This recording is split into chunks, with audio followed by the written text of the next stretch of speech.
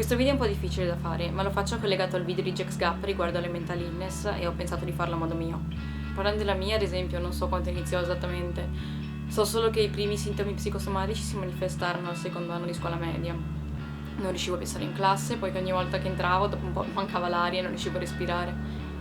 Si pensava a un'allergia all'epoca, non vi dico quanti esami ho fatto.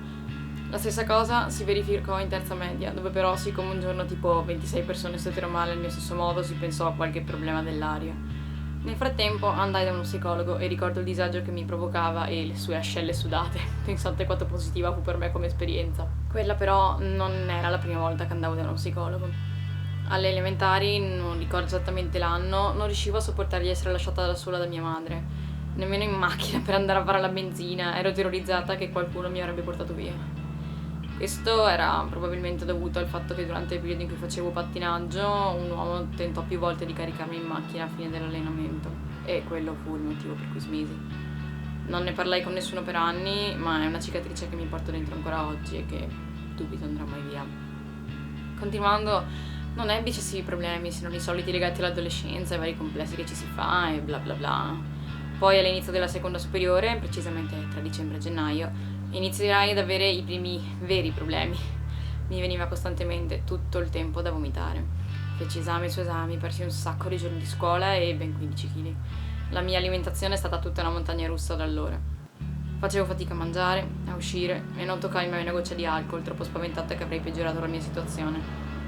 A causa di questo passai la maggior parte delle feste della gente della mia età a badare a quelli che avevano bevuto, ma non mi andava male. La cosa si portò avanti a lungo, fino a che non cercai in internet qualche informazione a caso su cosa potessi avere, visto che il mio medico sembrava ormai disperato e cominciamo a sospettare che fosse dovuto all'ansia.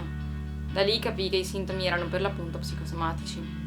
Quel sasso nei polmoni, la nausea, la paura, tutto era dovuto alla sindrome dell'ansia generalizzata. Cominciai quindi ad andare da uno psicoterapeuta, ma solo alla fine della terza superiore. Mi aiutò però tantissimo, capì tantissime cose, i sintomi cambiarono, diventando sindrome del colon irritabile, che mi creava altrettanti problemi, sia con il cibo che con i miei amici, perché non volevo mai uscire per paura di star male. Imparai molto lentamente a conoscermi e penso che quello fu ciò che mi aiutò a stare meglio. Capii anche molte cose che mi avevano creato solo problemi e che non ero mai riuscita realmente a vedere. Quindi le cose iniziarono ad andare un po' meglio. Ora io non ce la faccio più a fare questo video nascondendomi dietro una lavagnetta, quindi mi dispiace se non continuerà a essere un drama di mental illness e diventerà un video molto più personale. Però le cause della mia ansia erano molteplici e io voglio parlarvi faccia a faccia, molto ben radicate, sono dei noccioli duri, alcuni li ho sciolti, altri ho ancora molto lavoro da fare. A causa di tutto questo stare male, in ogni caso, in seguito sviluppai appunto l'OCD, il disturbo ossessivo compulsivo. Non potevo mangiare in certe cose, andare in certi posti, fare certe cose, ascoltare certe canzoni, parlare di certi temi o con certe persone, mangiare ad un orario che non fosse quello che avevo prestabilito io e con ciò che io avevo prestabilito. Capisco solo ora che era il mio modo di tenere sotto controllo tutto quanto, perché il resto della mia vita era talmente tanto fuori dal mio controllo che avevo bisogno di bilanciare questa cosa controllando tutto quello che mi è possibile controllare. A questo è dovuta appunto anche la mia ipocondria, che lo so che tutti quanti quando si parla di ipocondria penseranno a Melman di Madagascar che pensava di stare male tutto il tempo, ma vi assicuro che non c'è assolutamente nulla di divertente nell'essere ipocondriaci e non è per niente una cosa di cui prendersi gioco. In realtà l'ipocondria è una bestia orrenda. Ogni sintomo che hai, che probabilmente è anche legato all'ansia, ti fa pensare di essere un malato grave, ti senti costantemente come se fossi un malato terminale, anche se non lo sei. E il fatto che tu sappia di non esserlo, anzi che se in realtà non lo sai, non ti fa stare meglio perché la sensazione che tu provi, l'opprimenza, la paura è la stessa. Vai nel panico assoluto e allora si ricorre a internet, che chiaramente sicuramente non è il metodo migliore per risolvere questo problema, ma è l'unico modo per trovare delle rassicurazioni, delle certezze, delle informazioni, qualcosa che possa aiutarti ad arginare e a controllare questa cosa che è completamente fuori dal tuo controllo. L'ammalarti, lo star male, il non essere capace di fare qualcosa, la paura, l'ansia, tutto. Questa è anche la ragione per la quale se qualcuno sta male, ha il raffreddore, mi dice che ha mal di pancia, che gli viene da vomitare, che ha mal di testa, io gli sto lontano, mi allontano e cerco di evitarlo, mi metto la mano davanti alla bocca. Non lo faccio perché sono maleducata, non ti voglio parlare, se lo faccio è semplicemente perché sono terrorizzata di prendermi qualcosa, ho paura dei germi. Gli attacchi di panico imparo lentamente a gestirli, ma non è semplice, specialmente da sola e specialmente da sola, sì. Al momento qua in Inghilterra sto continuando la psicoterapia perché per scelta mia e sinceramente sono molto contenta di continuare su questa strada e non ci vedo nulla di male, visto che se qualcuno sta male va dal medico, non capisco perché io non dovrei andare dallo psicoterapeuta. E perché io voglio davvero stare meglio e non è facile, ma non significa che non ci provi, che non lotti e che non migliori e che non faccia di tutto, mi aggrappi con le unghie e coi denti a qualsiasi cosa semplicemente perché voglio stare bene. Ed è giusto, ho il diritto di stare bene. Per fortuna ho notato che tenendomi occupata e facendo cose che mi piacciono mi distraggo e mi mantengo in movimento, in attività, e questo mi fa stare meglio. Anche la palestra mi permette di sfogarmi. Sto trovando e sto sempre cercando la forza di farcela, perché è questo che dobbiamo fare, trovare la forza di farcela.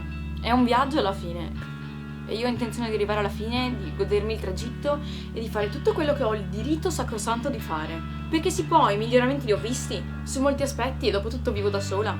E la cosa più importante è che ho voluto finalmente parlare in maniera personale di questo argomento, perché ne ho sempre parlato in maniera generale senza raccontare veramente la mia storia. Tutto questo controllo, tutta questa difficoltà sia con il cibo, che con l'ansia, che con l'OCD, che con l'ipocondria, che con gli attacchi di panico, che con la depressione. Ne ho sempre parlato in generale, volevo che sapeste la mia storia, perché ormai ho condiviso quanto più potevo in internet per quanto riguardava questo argomento, lo trovo giusto, e soprattutto lo faccio perché noi non siamo dei freak, non siamo dei mostri, non sono diversa, non c'è niente di cui aver paura, non ci dovrebbe essere alcun pregiudizio. E non capisco perché debbano esserci nei confronti delle persone. La cosa che mi spaventa di più di quanto ne racconto è che la gente inizia ad avere paura di me, perché non c'è assolutamente alcuna ragione di aver paura di me. Che non mi capisca, che mi giudichi, che pensi che sono una fuori di testa, che pensi che sono pazza. In realtà non è vero. In realtà è un problema che sto affrontando e mi sto facendo un culo grande come una casa per affrontarlo. E questo non penso che mi renda una persona di meno valore da giudicare, da evitare. Semmai mi rende una persona che sta facendo fatica, che sta lottando e che, porca puttana, ce la sta anche facendo, si spera. Quindi io faccio questo video per dire che no, non siamo dei freak, tutti noi abbiamo una storia e tutti noi abbiamo il sacrosanto diritto di essere trattati da persone umane, da persone, e sono fiera di essere quella che sono. Mi incazzo perché sono così, perché vorrei tanto poter non avere tutto questo. Non è che ci sto bene, non è che sono contenta, ma ce l'ho e ci devo avere a che fare, e questo non mi rende meno che una persona. E mi sto incazzando. Quindi questo era il video. Mi dispiace se non è continuato come un draw my mental illness, voi potete tranquillamente farlo. Taggo in questo video Shanty Leaves. Ci vediamo al prossimo video. Scusate se è stato un po' difficile. Ci sono ancora, sono viva. Ok. Buia.